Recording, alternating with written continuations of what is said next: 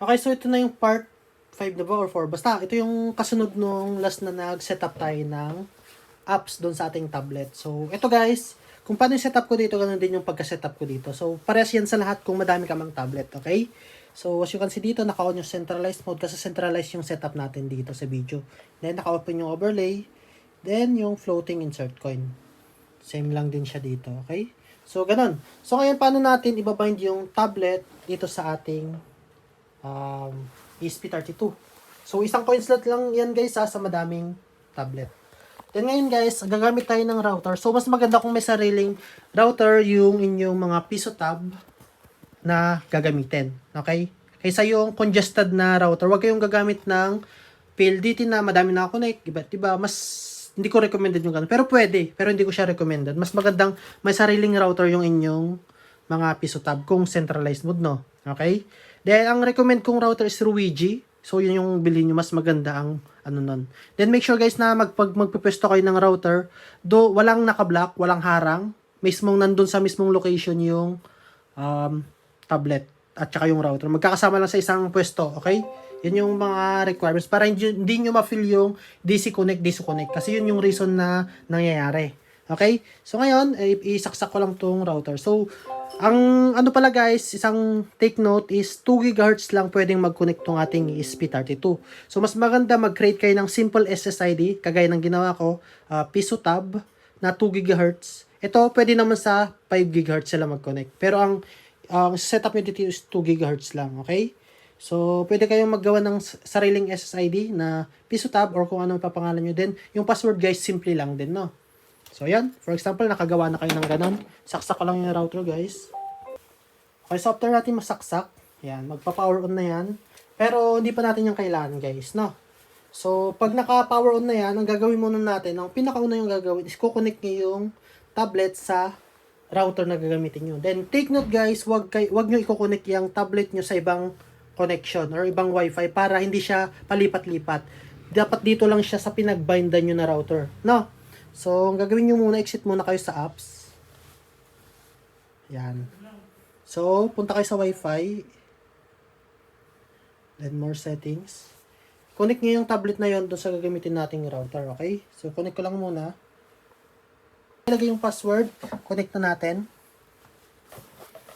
Okay, so wait natin maging connected yung tablet sa ating Wi-Fi na gagamitin. So, ganyan. So, okay, gagana pala to guys kahit walang internet. No? So, pwedeng offline yung lalaroin ng mga bata. Pero kung gusto yung merong internet yung mga tablet, yung ginamit yung router, i-connect nyo sa main ISP. No? So, yun lang naman. Okay, next, dito, back ko lang to kasi, ano naman, yan. Next is, kailangan nyo i-click yung ito. Or kung paano nyo makikita, dapat lalabas to. Hanapin nyo yung privacy ito. I-drop down nyo. Click nyo yung use device MAC para hindi siya papalit-palit ng MAC address. Okay, so after nyan, hanapin nyo yung IP address dito. Ito yung IP address ng router, 192.168.0. So ito yung kailangan nyong alamin, 192.168.0. Yung pinakaduluwag yan kasi static IP yan. Assign IP kung tawagin. Basta ito lang pinaka-importante, ano nga ba yung lumabas dito sa inyo? Yun yung gagayahin nyo. Huwag nyo gagayahin yung nandito sa akin kasi magkaiba tayo ng router, okay? So 192.168.0 ang sa akin. So iba yung sa inyo ha. Okay, so click lang natin yung check pag okay na lahat. Okay, so yung pinaka-importanting malaman nyo, yung IP range na tawagin. Okay, ngayon, after nyo may connect to guys, so dito, connect kayo sa hotspot ng ESP32. Make sure na lumabas to ha. Pag hindi, baka naka-power off yung ESP32 nyo. Okay, so once na lumabas na to, connect tayo dyan sa hotspot ng ESP32. Kasi sasabihin natin sa kanya kung saan siya magko-connect. Saang router, okay? So pag connected na kayo sa hotspot ng ESP32, back nyo, buksan nyo yung apps. Yan. So, pag nabuksan nyo na yung apps, i-click nyo lang to ulit, mag-login kayo sa admin. So, pinalitan ko yung password ng 1. So, 1 muna ang gagamitin ko para mabilis mag-login. Login.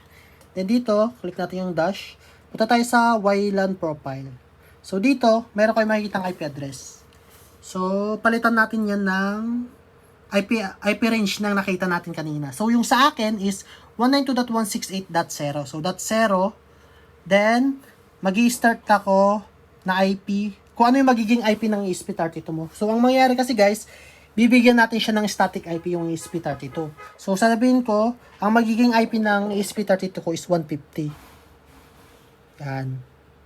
Or pwedeng 100. Pero, doon kayo sa safe na, sabagay, kung ito lang naman nakakonect yan, safe yung mga ganong range. So, sabi na lang 150 yan. So, 192.168.0, ito yung IP range siya. Then, yung assign IP ni ESP32. So, 150. So, pwede nyo itong gayahin, no? So, connect nyo yan. Yan. After nyo maklik yung connect, okay lang na not connected, no? Dito sa baba naman, kailangan nating sabihin kay ESP32 kung saan siya magko-connect. So, dito alam na ni ESP32 kung anong IP niya. Ngayon, kailangan nating sabihin sa kanya kung saan siya magko-connect na router. So, click nyo lang yan. Click nyo yung piso tab or manual yung ilagay. Pwede yung manual na i-type guys pag hindi nyo na-search. Nandito yung password. So, pwede nyo i-double check yan guys So, i-click mo lang yung I para makita mo yung password. So, pag na-verify mo na tama yung SSID tsaka password, pwede mo na i-click yung apply. Isang beses lang guys So, double check nyo mabuti. Kasi pag mali yung na-send yung configuration kay ESP32, hindi siya magko-connect. Ang mangyayari lang naman dun guys is lalabas yung hotspot niya ulit. Ganun ulit, i-reconfigure nyo. I-send nyo ulit, no? So, pero pag na-double check nyo na tama lahat, so ito yung IP address ni ESP32, ito yung Wi-Fi kung saan siya magko-connect. Pag okay na yan, click natin yung apply and start. So, magiging connected din, magdi-disconnect yan for a while kasi nga magre-reboot yung ESP32. Okay. So, kung nakasalpak pa yung ESP32 nyo sa computer, pwede nyo i-click tong open serial para ma-monitor yung status ng ESP32. So, maganda to pang debugging guys. Ayan. So, as you can see, Wi-Fi connected na si ESP32. Ang IP address niya is 192.168.150. So, yan. Basta ito yung gamitin nyo pag mag-check kayo kung anong binabato ni ESP32, anong status niya. Okay? So, ayun, dahil connected na siya, as you can see, disconnected pa, i-click mo lang yung connect. Yan. Pag ayaw pa rin guys, ibig sabihin yan, double check nyo yung Wi-Fi nyo. Hindi pa siya connected dun sa Wi-Fi natin na nag-binding. So, kailangan nyo mag-connect doon para magkaroon ng communication yung tablet tsaka yung ESP32. Kasi nga, di ba, connected na siya sa, sa Wi-Fi na yun . So, ngayon, kailangan din natin tong i-connect yung tablet. Yan. Yan, connected na siya. Then, back lang natin. Back nyo lang yan. As you can see, connected na. Basta ito, pag disconnected pa rin guys, at bumalik kayo dito, double check nyo yung IP. Baka minsan kasi nag-iiba yan, okay? So, pag tama na, yan. Then, balik tayo dito sa settings. Naka-open na yung centralized mode. Open na natin yung default launcher. Una to muna, then chaos. Para mag-lock na siya. So, ito yung security mode natin. So, panoorin nyo lang sa aking YouTube channel yung full demo ko ng app, paano siya i-set up, okay? Then, back natin. And ayan, green na siya. Ibig sabihin connected sa ESP32. So, paano nga ba natin set up yung pangalawang tablet? So, ito mas madali na lang guys. Kasi ang gagawin mo lang, ilalagay mo lang yung IP address ng ESP32 sa tablet na to. Hindi mo gagawin yung buong yon, okay? So, ang pinakaunang gagawin mo lang dito is, ito, okay nang tanggalin to guys kasi di natin to kailangan. Ang unang gagawin mo dito is, punta ka muna sa Wi-Fi. Yan. Make sure na nakakonect din ang tablet na to dun sa piso tab na Wi-Fi. Yung ginamit mong Wi-Fi, okay? So, connect muna natin. So, nailagay mo na yung password. Connect mo lang. Dapat same network lang sila guys, ayan. So, back lang natin to kasi walang internet yung Wi-Fi na yan. Kaya lumalabas yung ganito. Ayan. Basta ang mahalaga is connected siya sa router na yan. Then, back natin. Balik kayo dun sa apps guys. Dito, click nyo yung dash. So, hindi nyo nagagawin yung ginawa natin dito. Ang gagawin nyo lang, ilalagay nyo lang, punta kayo sa Wyland profile. Ang gagawin nyo lang, ilalagay nyo yung IP address kanina. So, ano yung IP address kanina? 192.168.0.150. So, yun lang ang gagawin nyo. I-update nyo lang IP address para malaman ni tablet na to na dun siya makiki-communicate. Okay? So, 192.168.0.150. Pag-click ko yung connect, yan, connected na agad. So, hindi mo na gagawin yung kung ano mang ginawa natin. So, kung meron ka pang ibang tablet, ganun lang ulit, ilalagay mo lang yung IP address. So on na yun, ganun na, wala ka nang gagawin. So, sa una lang kasi yung gagawin, no? Para alam ni ESP32 kung saan siya magkoconnect. Configuration lang yun. Pero ito, sa mga madami mo ng tablet, ilalagay mo lang yung IP address niya na ganyan. Pare-parehas yan, no? Okay? So, dito, ilock na din natin to. As you can see kasi, meron pa yung recent home. So, settings, kung ilalock nyo na, ganito. I-on nyo yung default launcher. On nyo din yung chaos. Yan, nakalock na yan. Back na lang yan, no? Please mo yung back.